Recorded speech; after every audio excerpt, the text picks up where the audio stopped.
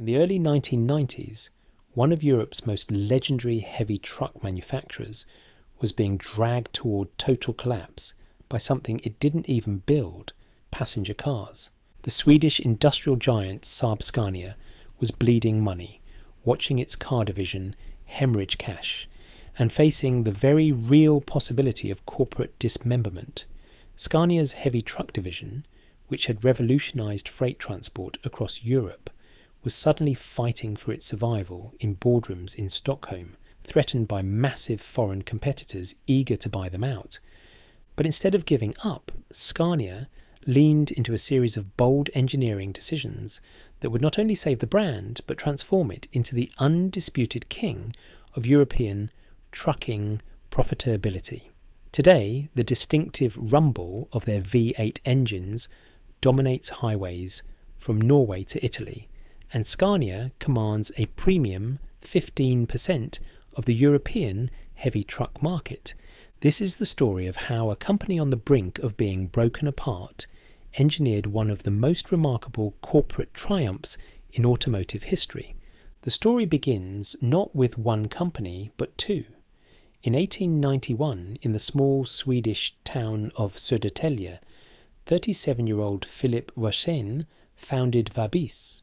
Wersen had a vision that went far beyond his initial railway carriages. Meanwhile, in 1900, a branch of a British bicycle manufacturer called Scania was established in the southern city of Malmö. Both companies dreamed of creating vehicles that could carry heavy loads across the challenging terrain of Scandinavia. The workshop floors buzzed with activity as both teams began experimenting with motorized vehicles. Vabis rolled its first truck off the production line in 1897, and Scania followed in 1902 with a modest vehicle that could carry just 1.5 tons. Realizing they were stronger together, the two companies merged in 1911 to form Scania Vabis. The Swedish climate proved to be both a challenge and an advantage. The harsh winters, with temperatures dropping to -40 degrees Celsius, meant that every component had to be engineered for extreme durability.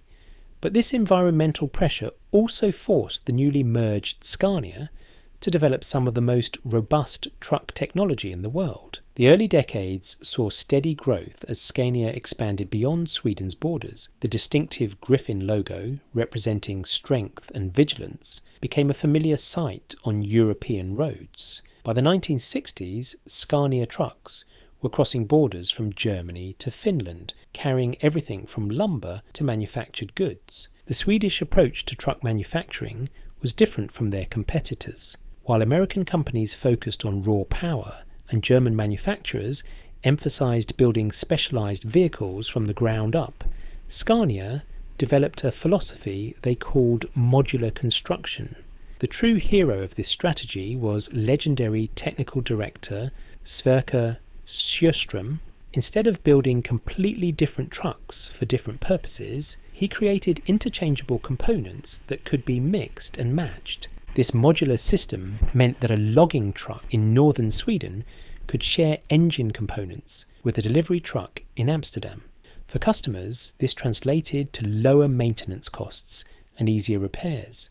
For Scania, it meant more efficient production and higher profit margins. Throughout the 1970s and 1980s, this strategy propelled Scania to impressive growth. The assembly lines in Södertälje operated around the clock, and Scania trucks became synonymous with Scandinavian quality and reliability. They became the cash cow of the Saab-Scania group, and investors in Stockholm marvelled as Scania expanded into new markets. However, success bred complacency in the broader conglomerate, and by the early 1990s, cracks began to appear in the Saab-Scania empire. The first warning sign came from an unexpected source. A devastating national banking crisis swept through Sweden.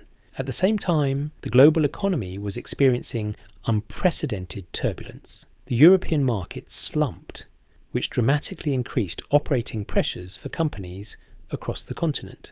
Suddenly, corporate survival became more important than rapid expansion. Scania's management suddenly found themselves anchored to a sinking ship.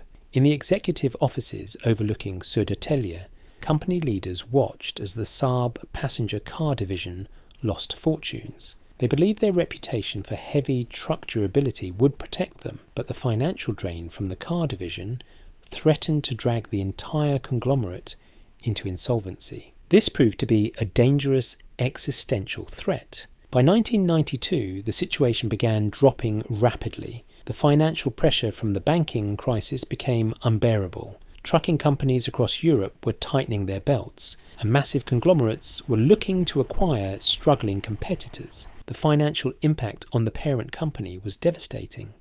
Group revenue was bleeding out, and the workforce suddenly faced massive uncertainty.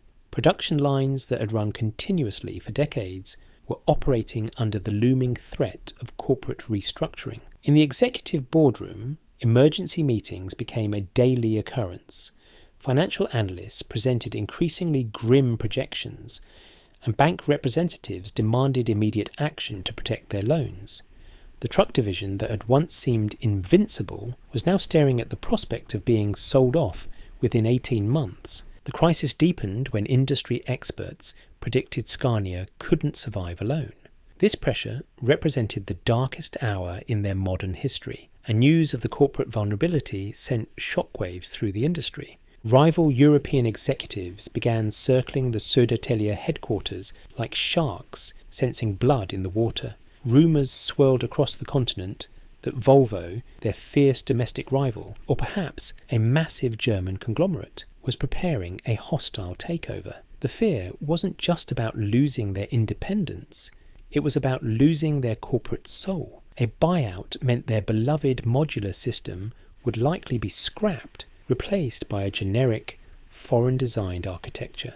The thousands of engineers and assembly line workers who had dedicated their lives to the Griffin badge faced the terrifying reality of their legacy being erased by overseas accountants. Scania's leadership knew that drastic action was required, but the solution they executed was so bold that it initially faced fierce resistance from industry analysts and investors. The survival plan centred on a complete doubling down of how Scania designed and manufactured trucks. Instead of trying to compete on base price with massive conglomerates, Scania would rely entirely on what made them unique: Sverker Sjöström's modular system and their Scandinavian engineering philosophy. The first part of the plan involved maintaining a massive investment in research and development, even as the parent company was losing money. Scania allocated crucial cash reserves to perfecting new engine technology that would dramatically improve fuel efficiency while maintaining their legendary reputation for power and durability. The engineering teams in Södertälje worked around the clock, redesigning everything from combustion chambers to transmission systems. They perfected a series of engines that achieved significantly better fuel economy than previous models, an improvement that would make Scania trucks competitive with any manufacturer in the world. But technology alone would not be enough to save the company's independence. Leadership knew that Scania also needed to fundamentally change how they approached their customers and markets. The second part of the rescue plan focused on service and support. Instead of simply selling trucks, Scania began offering comprehensive maintenance packages, financing options, and even driver training programs. They transformed themselves from a manufacturing company into a complete transportation solutions provider. This shift required retraining thousands of employees and opening new service centres across Europe. The investment was enormous, but it created deep relationships with customers that competitors would find difficult to replicate. The third and most crucial part of their survival involved breaking free. In 1995, Saab-Scania was split and Scania became an independent company. Rather than trying to compete in every market segment, Scania stuck strictly to heavy premium trucks. They refused to dilute their brand with medium or light-duty vehicles. By isolating their focus exclusively on vehicles over 16 tons, Scania could channel every single krona of their research budget into perfecting the ultimate long-haul commercial experience. This laser focus allowed them to refine their legendary V8 engine to unprecedented levels of pure power and reliability. While competitors spread their engineering resources thin across dozens of completely different weight classes and vehicle types, Scania's engineers obsessively optimized heavy-duty aerodynamics and cabin ergonomics. These moves faced significant skepticism from analysts who worried about a standalone truck maker surviving against global giants. But Scania persisted, arguing that their modular efficiency was the alternative to collapse. The transformation was not immediate, and the mid-90s proved to be an incredibly challenging transition period. Employee morale faced hurdles, customers watched closely, and financial analysts continued to predict Scania's eventual acquisition. However, by the late 1990s, the first signs of triumph began to appear. A major Italian transportation company placed a large order for Scania's highly efficient trucks, citing both the improved technology and the comprehensive service package. This order was followed by similar deals in Germany and France. More importantly, customer satisfaction scores began improving dramatically. The trucking companies that had purchased Scania's new models reported significantly lower operating costs and fewer mechanical problems. Word spread through the tight-knit European trucking community, and orders began increasing. The financial turnaround accelerated into the 2000s. Scania returned to peak profitability, and their independence was validated.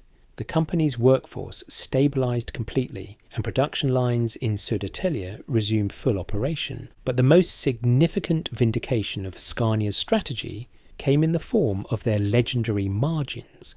By the 2010s, Scania had not only solidified their premium market position, but had actually expanded their presence globally. Their combination of Swedish engineering, modular design, and comprehensive service proved to be exactly what European trucking companies wanted. The success continued through the 2010s and 2020s as Scania refined their approach and expanded into new markets. They became the dominant premium truck manufacturer in Scandinavia, captured significant market share in Germany and Eastern Europe, and even began exporting to markets in South America and Asia. Today, Scania stands as one of the most successful truck manufacturers in the world. Their distinctive vehicles are ubiquitous on European highways, carrying goods from the Arctic Circle to the Mediterranean Sea. The company employs over 50,000 people and generates annual revenue exceeding 100 billion Swedish krona. As the industry hurtled toward the mid-2020s, Scania didn't just rest on its diesel legacy. They applied that exact same modular philosophy to the electric vehicle revolution. By treating heavy battery packs, electric motors, and advanced sensor suites as just another set of interchangeable Lego pieces, they bypassed the growing pains that paralyzed their rivals, while competitors spent billions designing completely new electric platforms from scratch. Scania simply adapted their existing battle-tested architecture. This seamless transition into the zero-emission heavy transport sector proved that their decades-old engineering strategy wasn't just a temporary survival tactic, it was a permanent blueprint for the future. The modular system that saved the company from being swallowed in the 1990s became their greatest competitive advantage. Scania trucks are now considered the gold standard for reliability and efficiency in commercial transportation. The Scania story demonstrates that even companies facing existential corporate crises can not only survive, but thrive if they make bold decisions and stay true to their core strengths. The willingness to invest in modular innovation during the darkest hours, combined with a clear vision of what made Scania special, transformed a vulnerability into market dominance. From two small workshops in Södertälje and Malmö to the king of European trucking, Scania's journey proves that with the right strategy and unwavering commitment to quality, any company can overcome seemingly impossible odds and emerge stronger than ever. If you found this story of corporate survival and success fascinating, you might also enjoy learning about how other automotive companies navigated their own challenges and transformations.